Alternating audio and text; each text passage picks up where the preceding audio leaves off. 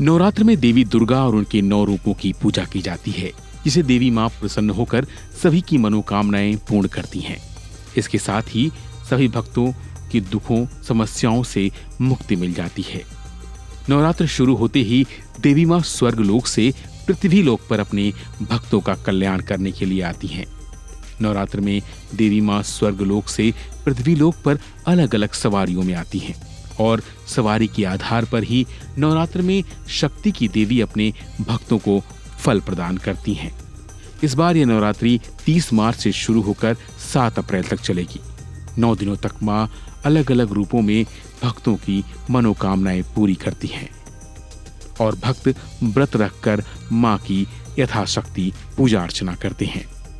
इस बार नवरात्रि रविवार से शुरू हो रही है, इसलिए मां दुर्गा हाथी पर सवार होकर भक्तों को दर्शन देने आएंगी। साथ ही हाथी पर वापस भी जाएंगी।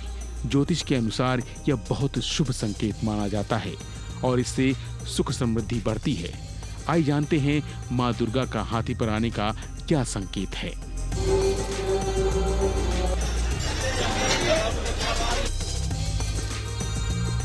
हर बार नवरात्रि किसी खास दिन से शुरू होती है और उसी हिसाब से मां दुर्गा का वाहन तय होता है।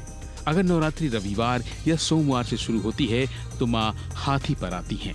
ज्योतिष शास्त्र के अनुसार मां दुर्गा का हाथी पर आगमन अत्यंत शुभ माना जाता है।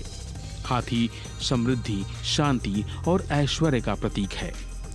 जब मां दुर्गा हाथी पर आती हैं तो यह संकेत देता है कि देश में अच्छी वर्षा होगी, जिससे कृषि में उन्नति होगी और धन धान्य से प्रचुरता रहेगी। इसके साथ ही आर्थिक तरक्की और समृद्धि का योग भी बनता है। चूंकि इस वर्ष मां हाथी पर ही विदाई लेंगी, इसका अर्थ है कि माता रानी के जाते भी अपने भक्तों को सुख शांति, धन वैभव और उन्नति का आशीर्वाद देकर प्रस्थान करेंगी। चैत्र नवरात्रि 2025 में मां दुर्गा का हाथी पर आगमन और प्रस्थान एक अत्यंत शुभ संकेत है।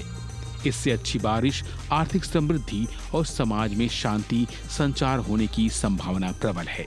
भक्तों के लिए यह एक शुभ संकेत है, जिससे वे मां दुर्गा की उपासना कर अपने जीवन में सुख समृद्धि का वरदान प्राप्त कर सकते हैं। वहीं नवरात्रि की शुभ कलश स्थापना भी होती है, जिसे बहुत ही शुभ माना जाता है।